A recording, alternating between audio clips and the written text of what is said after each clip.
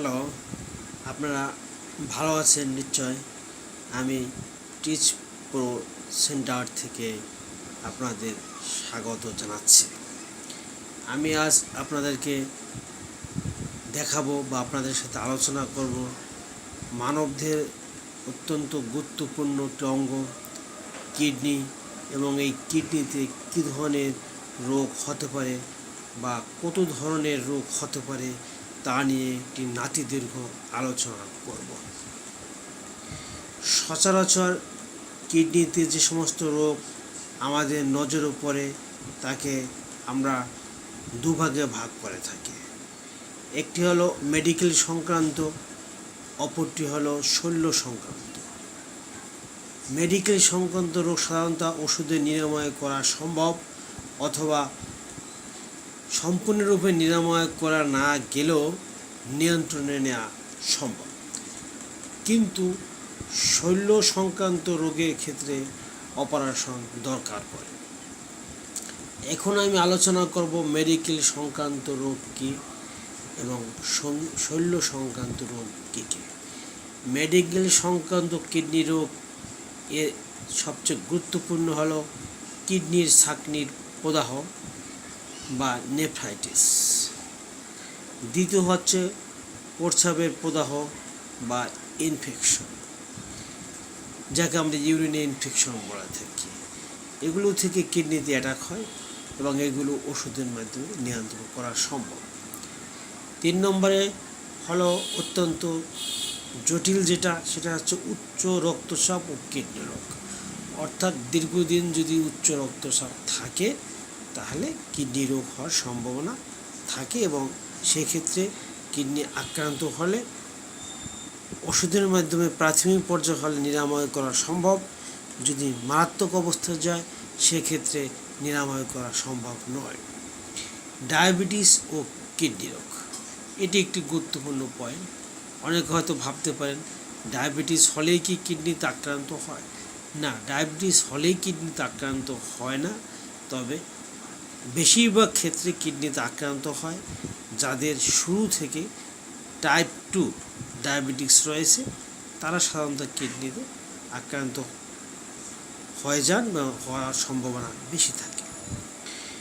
এরপর যেটা হচ্ছে অত্যন্ত গুরুত্বপূর্ণ, সেটা হচ্ছে আকস্মিক কিডনি বিকল, অর্থাৎ হঠাৎ কিডনি বিকল হয়ে গেল। এক্ষেত্রে দেখা যায় যে কোনো দুর্ঘটনার কবলে অতিরিক্ত রক্তক্ষরণ হলে বা বিষধর সাপের কামড়ের ফলে অথবা কোনো ব্যথার ওষুধ সেবনের ফলে হঠাৎ কিডনির কার্যকারিতা কমে যেতে পারে।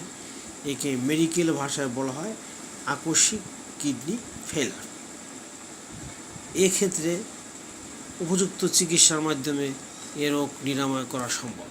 যদি মারাত্মক আকার ধারণ করে সেক্ষেত্রে ডায়ালিসিস করতে হয়। 2-1 ডায়ালিসিস করলে এটা স্বাভাবিক অবস্থায় ফিরে আসে। গর্ভাবস্থায় কিডনি রোগ, অনেক সময় বাচ্চা ধারণের ক্ষেত্রে বা সন্তান প্রসবের আগ মুহূর্তে কিডনি কার্যকারিতা কমে যায়। সেক্ষেত্রে মেডিকেল ভাষায় গর্ভাবস্থায় কিডনি রোগ বলা হয়ে থাকে। এগুলো ওষুধের মাধ্যমে নিরাময় করা সম্ভব হয়। এরপর যেটা রয়েছে বংশানুক্রমিক কিডনি রোগ। বাবা মায়ের যদি কিডনি রোগ থাকে সেক্ষেত্রে সন্তানের কিডনি রোগ হতে পারে, হবে এরকম কিছু হতে পারে। সেক্ষেত্রে প্রাথমিক পর্যায়ে হলে এটাও নিরাময় করা সম্ভব হয়। এগুলো হচ্ছে মেডিকেল সংক্রান্ত কিডনি রোগ। এই রোগগুলো যদি প্রাথমিক পর্যায়ে ধরা পড়ে তাহলে নিরাময় করা সম্ভব। তবে যদি 70%-এর বেশি ড্যামেজ হয়ে ধরা পড়ে তাহলে নিরাময় করা সম্ভব হয় না অনেক ক্ষেত্রেই। সেক্ষেত্রে হয়তো ডায়ালিসিস করতে হয়, এবং যদি 100% নষ্ট হয়ে যায় তখন কিডনি সংযোজন করতে হয়। অতএব আপনারা বুঝতে পারছেন মেডিকেল সংক্রান্ত কিডনি রোগ কী কী। এখন আমি আলোচনা করব শল্য সংক্রান্ত কিডনি রোগ। শল্য সংক্রান্ত কিডনি রোগের ক্ষেত্রে অপারেশন দরকার পড়ে। সেক্ষেত্রে প্রথম এবং অত্যন্ত গুরুত্বপূর্ণ সেটা হলো পাথরজনিত কিডনি রোগ।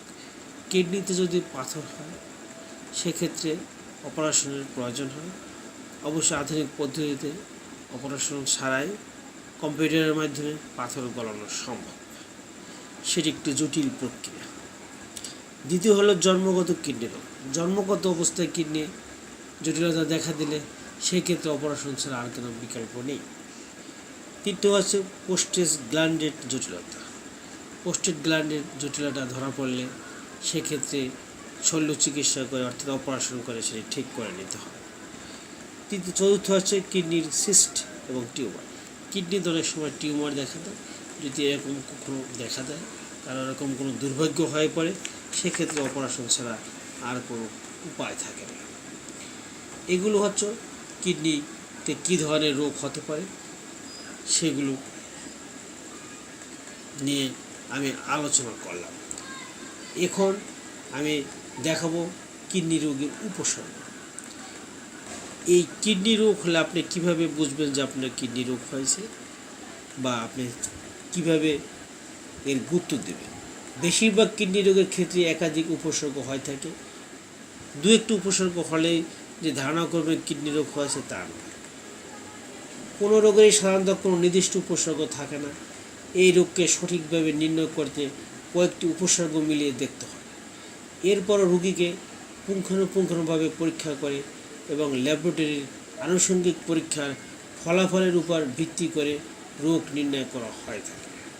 একজন দক্ষ চিকিৎসক রোগকে শনাক্ত করার উপর গুরুত্ব দিয়ে থাকেন। এক্ষেত্রে যে তথ্য অবলম্বন করা হয় সেটা হলো রক্তের ক্রিয়েটিনিন পরীক্ষা করা হয়, এরপর ইজিএফআর পরীক্ষা করা হয়, অ্যালবুমিন পরীক্ষা করা হয়, আমিষজাত পদার্থ ইউরিনের মাধ্যমে বের হয়ে যাচ্ছে কিনা সেগুলো পরীক্ষা করে সাধারণত কিডনি রোগ হয়েছে কিনা সেটা নির্ণয় করা হয়। তবে কিডনি রোগ হলে আপনি স্বাভাবিকভাবে যেটা বুঝবেন সেটা হলো শরীর বা মুখমণ্ডল ফুলে উঠবে, পায়ের পাতায় পানি আসবে বা পায়ের গোড়ালিতে পানি আসবে, প্রস্রাবের অস্বাভাবিকতা দেখা দেবে, অর্থাৎ প্রস্রাবে অনেক সময় ফেনার মতো দেখা দেবে। এক্ষেত্রে বোঝা যাবে আমিষজাত পদার্থ বের হয়ে যাচ্ছে। প্রস্রাবের বর্ণের অস্বাভাবিকতা লক্ষ্য করা যাবে, ঝিমঝিম ভাব আসবে, খাবার অরুচি আসবে, ক্লান্ত বোধ হবে, শরীরে ফুসকারির মতন দেখা দেবে, বমি বমি ভাব হবে। এগুলো লক্ষণ দেখলে আপনি বুঝবেন যে আপনার কিডনি রোগ হওয়ার সম্ভাবনা বেশি হয়েছে। বিশেষ করে রক্ত স্বল্পতা, ক্ষুধামন্দা, বমি বমি ভাব, বমি হওয়া, ক্রমান্বয়ে শরীরের শারীরিক দুর্বলতা এবং চর্মজনিত রোগ ছাড়াও চুলকানি হতে পারে। সমষ্টিগত এই কারণগুলো কিডনি অকেজ রোগের প্রধান উপসর্গ হয়। তবে তা শুধুমাত্র ল্যাবরেটরি পরীক্ষার মাধ্যমেই, অর্থাৎ ক্রিয়েটিনিন, ইজিএফআর, ইউরিন এগুলো পরীক্ষার মাধ্যমেই একজন বিশেষজ্ঞ ডাক্তার শনাক্ত করতে পারবেন কিডনিতে জটিলতা দেখা দিয়েছে কিনা। আজ আমি আপনাদের সম্মুখে কিডনির বিভিন্ন রোগ এবং কী ধরনের রোগ হতে পারে সেগুলো নিয়ে আলোচনা করলাম। পরবর্তীতে প্রত্যেকটি বিষয় নিয়ে বিস্তারিত আলোচনা করা হবে। আমার এই ভিডিওটি সম্পূর্ণ শিক্ষামূলক, আমার এই চ্যানেলটি সম্পূর্ণ শিক্ষামূলক। যদি আপনার ভালো লেগে থাকে তাহলে লাইক করবেন, সাবস্ক্রাইব করবেন। ধন্যবাদ। আজ আর নয়।